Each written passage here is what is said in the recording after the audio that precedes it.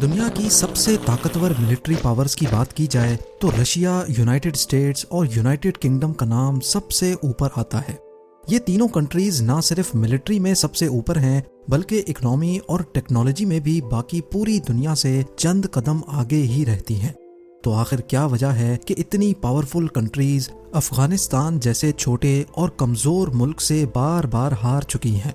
अफगानिस्तान में ऐसा कौन सा राज छुपा है कि यहाँ से दुनिया की ताकतें उल्टे पांव भागने पर मजबूर हो जाती हैं?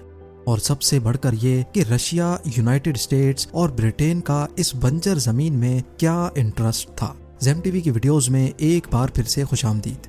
नाजरीन, अफगानिस्तान ने ज्यादातर अरसा गैर मुल्की ताकतों से जंगें लड़ने में गुजारा है।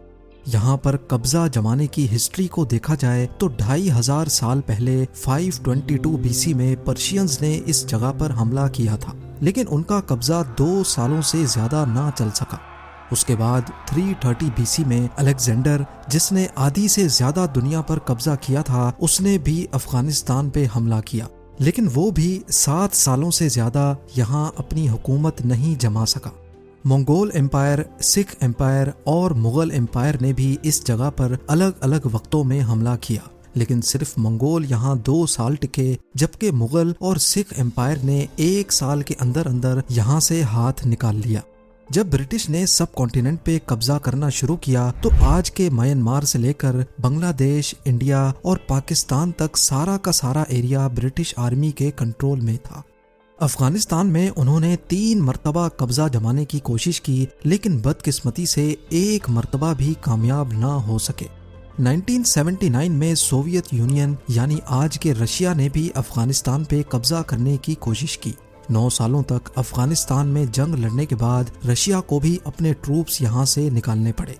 इस दौरान सोवियत यूनियन और अमेरिका के दरमियान सिविल वॉर चल रही थी और अफगानिस्तान की तरफ से हार मिलने पर पूरी दुनिया में सोवियत यूनियन का बहुत नेगेटिव इंप्रेशन गया। अभी सोवियत्स को यहाँ से निकले 12 साल ही गुजरे थे कि 2001 में अमेरिका ने अफगानिस्तान पर हमला कर दिया। हैरत की बात तो यह है कि इस जंग में सिर्फ अमेरिका ही नहीं बल्कि तमाम नेटो कंट्रीज ने मिलकर हमला किया था। एक तरफ UK, Canada, Germany, Italy, France, Denmark और पोलैंड समेत 13 अलग पावरफुल कंट्रीज थीं, तो दूसरी तरफ अफगानिस्तान इस जंग को अकेला ही लड़ रहा था। अफगानी तालिबान के खिलाफ 20 साल तक ये जंग चलती रही, लेकिन कोई खातिर खा कामयाबी ना मिल सकी और आखिर में नौबत यहाँ तक आ गई कि 2021 में अमेरिकन फोर्सेस को यहाँ से निकलने के लिए भी तालिबान के साथ डील साइन करनी पड़ी। एक्सपर्ट्स का कहना है कि 20 साला इस जंग के दौरान अमेरिकन फोर्सेस अफगानिस्तान के सिर्फ 15% हिस्से को कंट्रोल करती थी।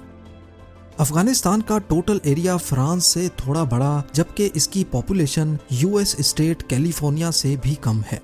इतना छोटा मुल्क अपने से 10 गुना बड़े और ताकतवर मुल्कों से कैसे मुकाबला करता रहा है?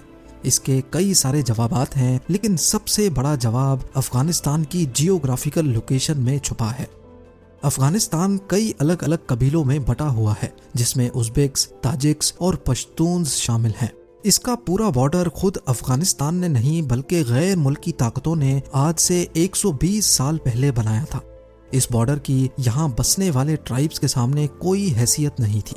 इसके सदर्न बॉर्डर की बात की जाए तो यहाँ पश्तून्स कई 100 सालों से रहते आए हैं, लेकिन हकीकत यह है कि अफगानिस्तान में रहने वाले पश्तून से ज्यादा बॉर्डर के उस पार पाकिस्तान में रहते हैं। बॉर्डर बनने से पहले ही सदर्न अफगानिस्तान और वेस्टर्न पाकिस्तान में पश्तून्स का बसेरा था। इन पश्तून्स की आधी फैमिली अफगानिस्तान में तो आधी पाकिस्तान में रहती है। लिहाजा जब ब्रिटिश एम्पायर ने यहाँ का बॉर्डर डिफाइन किया तो उसकी इन पश्तून्स के सामने कोई खास अहमियत नहीं थी, क्योंकि ये बॉर्डर महज एक इमेजिनरी लाइन के जैसा था। जैसे बॉर्डर डिफाइन होने से पहले वो लोग एक दूसरे से मिलने जाया करते थे, वैसे ही बॉर्डर के बाद भी जाया करते थे। क्योंकि इस बॉर्डर का ज्यादातर हिस्सा इंतहाई ऊंची पहाड़ियों से गुजरता है, इसी वजह से इस बॉर्डर को कंट्रोल करना पाकिस्तान और अफगानिस्तान दोनों के लिए काफी चैलेंजिंग रहा है। द ड्यूरेंट लाइन के नाम से पहचाना जाने वाला ये बॉर्डर 2640 किलोमीटर लंबा है, जिसमें कम से कम भी 300 स्पॉट्स ऐसे हैं जहां से बॉर्डर क्रॉस किया जा सकता है। इसी चीज का फायदा उठाते हुए यहाँ ड्रग्स, वेपन्स और मिलिटेंट्स की स्मगलिंग बहुत कॉमन है। अफगानिस्तान में रहने वाले टेररिस्ट बहुत आसानी से पाकिस्तान आते और यहाँ से नए मिलिटेंट्स तैयार करके वापस लेकर जाते थे। इन सब वजूहात की वजह से ही द ड्यूरेंट लाइन को दुनिया का सबसे खतरनाक बॉर्डर भी कहा जाता है। अफगानिस्तान का मैप देखा जाए तो ये एक लैंड लॉक्ड कंट्री है, यानी अगर किसी को इस पर जमीनी रास्ते से घुसकर हमला करना हो तो उसके लिए पड़ोसी मुल्क की मदद लेना पड़ती है, जिसमें Iran, Turkmenistan, Uzbekistan, Tajikistan, China और पाकिस्तान शामिल हैं। लेकिन जैसे तैसे करके अगर अफगानिस्तान के बॉर्डर तक पहुंचा भी जाए तो हमलावरों को बड़े बड़े पहाड़ों का सामना करना पड़ता है। याद रहे कि अफगानिस्तान बेशक कॉन्टिनेंट का सेंटर है, लेकिन यहाँ की कम आबादी भी इन पहाड़ों की हार्श कंडीशन की वजह से ही है, जिनको हिंदू कश माउंटेन रेंज कहा जाता है। ये रेंजेस इतनी ऊंची और इतनी खतरनाक हैं कि यहाँ सरवाइव करना और इनको क्रॉस करना करीब इम्पॉसिबल ही माना जाता है। ये आलीशान पहाड़ अफगानिस्तान के 75% एरिया को कवर किए हुए हैं, जबकि पूरी कंट्री की बात की जाए तो 50% से भी ज्यादा एरिया 2000 मीटर्स की ऊंचाई पर है। ये पहाड़ियां अफगानिस्तान को एक नेचुरल वॉल का काम देती हैं, जो गैर मुल्की ताकतों के लिए तो अनजान हैं, लेकिन यहाँ के लोकल्स इन पहाड़ियों से अच्छी तरह वाकिफ हैं। जब सोवियट्स ने अफगानिस्तान पे हमला किया था तो मिलिटेंट्स इन पहाड़ों पे छुपकर पासेस से गुजरने वाले रशियन टैंक्स और ट्रूप्स पे हमला करके पहाड़ों की गारों में जाकर छुप जाते थे, जहां उनको ढूंढना नामुमकिन होता था।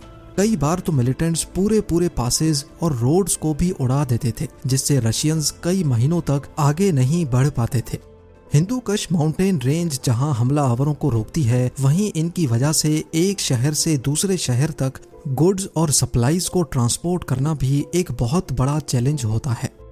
यहाँ दर्जनों वैलीज हैं जिनमें अलग अलग ट्राइब्स बसते हैं। मुश्किल तरीन पहाड़ी रास्तों की वजह से ज्यादातर ट्राइब्स का आपस में भी कनेक्शन नहीं है, क्योंकि एक वैली से दूसरी वैली तक जाना बहुत ही मुश्किल है। इसी वजह से इन ट्राइब्स ने वैलीज के बीच में ही अपनी अलग दुनिया बसा रखी है। इनके अपने अपने कानून हैं और ज्यादातर ट्राइब्स अपनी सिक्योरिटी भी खुद ही करते हैं। यही वजह है कि काबुल में मौजूद सेंट्रल गवर्नमेंट का भी अफगानिस्तान के ट्राइबल एरियाज पर ज्यादा होल्ड नहीं चलता। जाहिर है जब अफगान सेंट्रल गवर्नमेंट ही इन मसलों के सामने बेबस रहती है तो बाहर से आने वाली मिलिट्री पावर्स कैसे यहाँ अपना होल्ड बरकरार रख सकती हैं। 1979 में Soviet military Afghan city Khost में अपनी मिलिट्री बेस बनाने में कामयाब हुई। ये बेस एक वैली में बनाई गई थी जिसकी चारों जानिब ऊंचे ऊंचे पहाड़ मौजूद थे। इस चीज का फायदा उठाकर अफगान मिलिटेंट्स ने इन पहाड़ों पर डेरा डाल लिया और पूरी सोवियत बेस को चारों तरफ से घेर लिया। क्योंकि ये मिलिटेंट्स ऊंची पोजीशंस पे थे, इसी वजह से उन्होंने वैली तक जाने के तमाम रास्ते बंद कर दिए।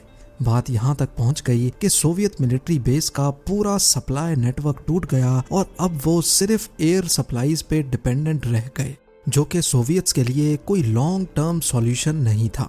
अफगानी मिलिटेंट्स की ये स्ट्रेटेजी सिर्फ सोवियट्स को ही हराने में कामयाब नहीं थी। 2001 में जब अमेरिकन ने यहाँ कब्जा करने की कोशिश की तो तमाम नेटो कंट्रीज की टोटल 1,30,000 फोर्स को अफगानिस्तान में बाय एयर भेजा गया, लेकिन इतनी ज्यादा फोर्स के लिए रेगुलर सप्लाईज, एमुनिशंस, टैंक्स और ट्रक्स को पाकिस्तान के खैबर पास के जरिए भेजा जाता था। अफगान मिलिटेंट्स को अच्छी तरह मालूम था कि यूएस के लिए खैबर पास कितना इम्पोर्टेंट है। इसी वजह से वो पहाड़ों पर रहकर ट्रक्स पर हमला करने का कोई मौका नहीं छोड़ते थे। हत्ता के 2009 में उन्होंने खैबर पास के एक बहुत नाजुक हिस्से को ही तबाह कर दिया था। जब उनको अमेरिकन फोर्सेस की तरफ से जवाबी हमले का सामना करना पड़ता तो वो बड़ी आसानी से बॉर्डर क्रॉस करके पाकिस्तान आते और नेटो कंटेनर्स को खैबर पास एंटर होने से पहले ही जला देते थे। नेटो फोर्सेस ने अफगानिस्तान में टेररिस्ट को खत्म करने के लिए अफगानिस्तान गवर्नमेंट की मदद भी ली और वहाँ के कई लोकल्स को भी इस जंग में हिस्सेदार बनाया। बेशक कई मकामात पर उनको कामयाबी भी मिली, लेकिन पूरी 20 साला जंग का अगर निचोड़ निकाला जाए तो यूएस सिर्फ 15% अफगानिस्तान को होल्ड करता था। एक एस्टीमेट के मुताबिक यूएस ने अफगानिस्तान मिलिट्री ऑपरेशन में टोटल $2.3 ट्रिलियन बहा दिए। यानी सिर्फ एक दिन में अमेरिका अपनी फोर्सेस पे $300 मिलियन खर्च करता था। इतनी ज्यादा रकम खर्च करने के बाद भी जब 85% एरिया में तालिबान का होल्ड बरकरार था तो यूएस ने यहाँ से निकलने में ही अपनी बेहतरी समझी। अब ये बात तो हम सबको समझ आ गई कि अफगानिस्तान की डेंजरस पहाड़ियाँ, उसमें मौजूद अनगिनत सीक्रेट गारें और यहाँ के आइसोलेटेड ट्राइबल एरियाज की वजह से ही गैर मुल्की ताकतें यहाँ ज्यादा देर तक नहीं टिक सकती। लेकिन आखिर घूम फिर कर हर कोई अफगानिस्तान को ही कंट्रोल क्यों करना चाहता है? इस बात का जवाब भी हमें अफगानिस्तान की जियोग्राफिकल लोकेशन में ही मिलता है। ये एशिया का सेंटर है जिसको हार्ट ऑफ एशिया भी कहा जाता है। सेंट्रल एशिया, साउथ एशिया और मिडल ईस्ट में कनेक्टिविटी बनाए रखने के लिए बहुत ज़रूरी है कि अफगानिस्तान के मामलात कंट्रोल में हों। अब जाहिर है जो भी अफगानिस्तान को कंट्रोल करेगा वो इस रीजन की तमाम कंट्रीज के लिए बहुत ख़ास भी होगा। यही वजह है कि अफगानिस्तान में जब भी कोई पावर अपना होल्ड बनाना चाहती है तो दूसरी पावर यहाँ मिलिटेंट्स को फंड करके, उनकी हेल्प करके उस पावर को कमज़ोर करना चाहती है। उम्मीद है आज की इस छोटी वीडियो से आपके कई कॉन्सेप्ट्स क्लियर हो चुके होंगे। आप लोगों के लाइक्स और प्यार भरे कमेंट्स का बेहद शुक्रिया। मिलते हैं अगली शानदार वीडियो में।